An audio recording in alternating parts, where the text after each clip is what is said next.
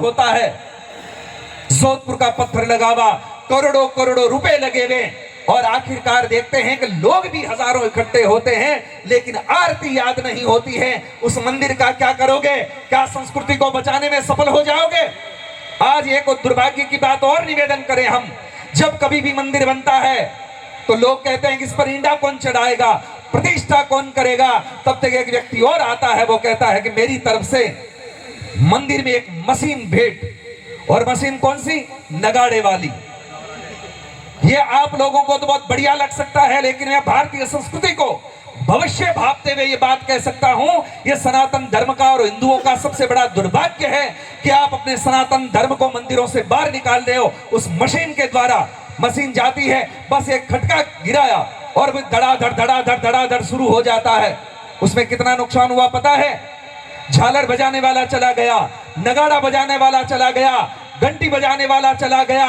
अब रही बात आपकी स्थितियां जो मैं कह रहा हूं, आपको अच्छा ना भी लगे, लेकिन इससे कोई फर्क नहीं पड़ता इस सन्यासी को, क्योंकि मैं जब से घर छोड़ करके निकला था, 6 वर्ष का था, तब से लेकर के आज दिन तक जीवन यात्रा कर रहा हूं। इसमें बिल्कुल बेझिझक कह रहा हूं, और जिसको चुभती है तब भी चुभे। कई बार लोग कहते हैं कि महाराज जी आप ऐसी बात क्यों कह रहे हो, किसी को चुभ जाएगी।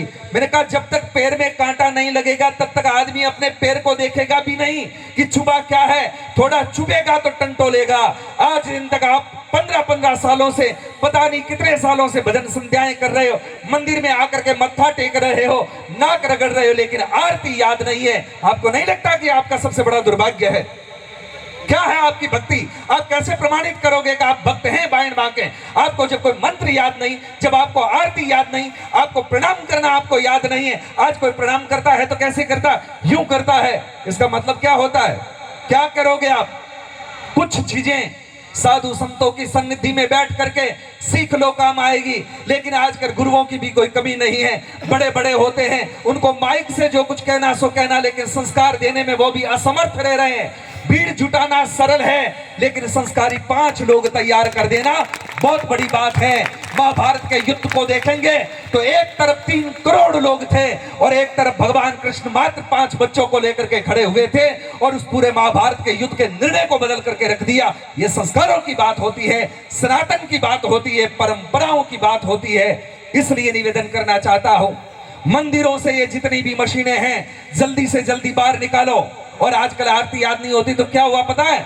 मेमोरी कार्ड आ गया, पेन ड्राइव लगा करके और खटका डाल देते हैं, फिर ओम जय जगदीश हरे हो जाती है, ओम शिव ओमकारा शुरू हो जाती है। आपको कोई लेना देना नहीं।